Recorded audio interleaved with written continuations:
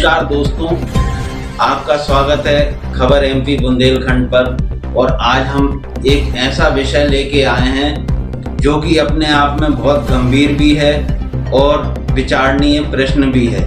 अगर आप भी देने जा रहे हैं किसी तरह की गवाही तो कृपया इन मुद्दों पर विशेष रूप से और आज की खबर पर विशेष रूप से आप ध्यान देंगे तो शायद आप किसी जालसाज या किसी दलाल के चक्कर में फंसने से बच जाएंगे। आज हम बताने जा रहे हैं आपको कि अगर आप भी किसी की गवाही देने जाएं तो होशियार हो जाएं, क्योंकि उप पंजीयक कार्यालय में दलाल सक्रिय हैं, चिकनी चुपड़ी बातों में फंसाकर आपको गवाह बना सकते हैं। ऐसा ही एक मामला अशोकनगर जिले में आया है। आप भी तहसील, जिला पंचायत, एसडीएम कार्यालय सहित अन्य कार्यालयों में अपने किसी भी काम से जा रहे हों तो इस दौरान आप सावधान रहें। और तहसील कार्यालय परिसर में घूम रहे हैं तो किसी भी व्यक्ति की चिकनी चुपड़ी बातों में आकर रजिस्ट्री सहित अन्य दस्तावेजों में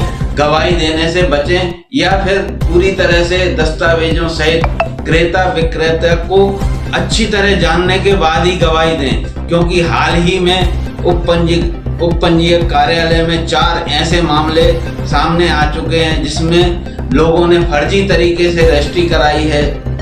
इसमें वे लोग भी फंस गए जिन्होंने इन रजिस्ट्रियों में गवाही दी है। बताया जा रहा है कि इनमें से कुछ लोग तो केवल अपने कार्य से उप पंजीयक कार्यालय के आसपास गए थे, तभी थोड़ी जान पहचान के चलते ही उन्होंने बिना सोचे समझे रजिस्ट्री की प्रक्रिया के दौरान गवाही दे दी। अब ये लोग कानूनी चक्कर में पड़ गए हैं। ऐसे में यदि आपको भी कोई चिकनी चुपड़ी बातें देकर गवाही देने के लिए कहे तो सावधान रहें और पूरी तरह जान पहचान होने के बाद ही गवाही दें। उल्लेखनीय है कि उप पंजीयक कार्यालय में हुई फर्जी रजिस्ट्रियों को लेकर तमाम सवाल उठ रहे हैं और चर्चा है कि इस मामले में एक सर्विस प्रोवाइडर एवं उप पंजीयक की भूमिका भी संदिग्ध हो सकती है। हालांकि इस मामले में अभी जांच पड़ताल चल रही है, इस कारण ज्यादा कुछ कहना ठीक नहीं है। तो साथियों, इन मामलों से सबक लेते हुए गवाही देने के पहले अच्छी तरह से आप सोच विचार लें और आपको सोच विचार लेना चाहिए। अन्यथा अगर बाद में कुछ गड़बड़ी निकली तो होम करते हाथ जलने की स्थिति बन सकती है। खबर एमपी बुंदेलखंड के लिए मैं सुनील तनेजा। भारतीय संवैधानिक व्यवस्था में एक महत्वपूर्ण पायदान जो है एक साक्ष्य के रूप में है। जब कभी भी किसी बात का किसी भी दस्तावेज को लेकर यदि पंजीयन कराया जाता है तो उसमें एक साक्षी की उपस्थिति आवश्यक होती है। तो साक्षी की उपस्थिति में ही मूल व्यक्ति अपने हस्ताक्षर करता है और फिर साक्षी ये कहता है कि अमुक व्यक्ति ने मेरे सामने हस्ताक्षर किए हैं। लेकिन वर्तमान समय में परिस्थितियां कुछ अलग ही हट करके हो गई हैं और वह परिस्थितियां इतनी विचित्र हो गई हैं कि जितना कानून व्यवस्था में सुधार संशोधन किया जा रहा है इस दृष्टि से कि अपराध को रोका जाए, लेकिन सातिर अपराधी उतने ही अपराध करने में झिझक नहीं रखते हैं। आए दिन गवाह जो है अपनी आइडेंटिटी छुपा करके जो है ना गवाही दे देते हैं। ऐसे कई मामले सामने आते हैं जिनमें कि गवाह जो है झूठा गवाही दे देता। उसके लिए फिर उसके निर्वाचन आयोग द्वारा एक कार्ड जारी किया गया, आधार कार्ड बनाया गया, लेकिन इन सब के बावजूद भी फर्जी जो है कार्य पर रोकथाम नहीं हो पा रही है। इस संबंध में जो है महत्वपूर्ण बात यह है कि जो पंजीयन अधिकारी हैं या जो जिस दस्तावेज को पंजीयत कर रहे हैं उनके समक्ष जो गवाह उपस्थित हो रहा है उसका वास्तविक रूप से जो आधार कार्ड है उसका, उसके फ़ोटो का, उसके फिंगरप्रिंट का ये मिलान किया जाना चाहिए। और प्रत्येक ऑफिस में इस तरीके की व्यवस्था होना चाहिए जिससे कि अपराधी के फिंगरप्रिंट से ही ये साबित हो जाए, ये स्पष्ट हो जाए कि ये व्यक्ति जो आधार कार्ड लिए हुए है ये वही व्यक्ति है या दूसरा है। सबसे पहली महत्वपूर्ण बात तो ये है कि जो व्यक्ति गवाही देने आ रहा है उस गवाह को ये पता होना चाहिए कि मैं किसकी गवाही देने जा रहा हूँ।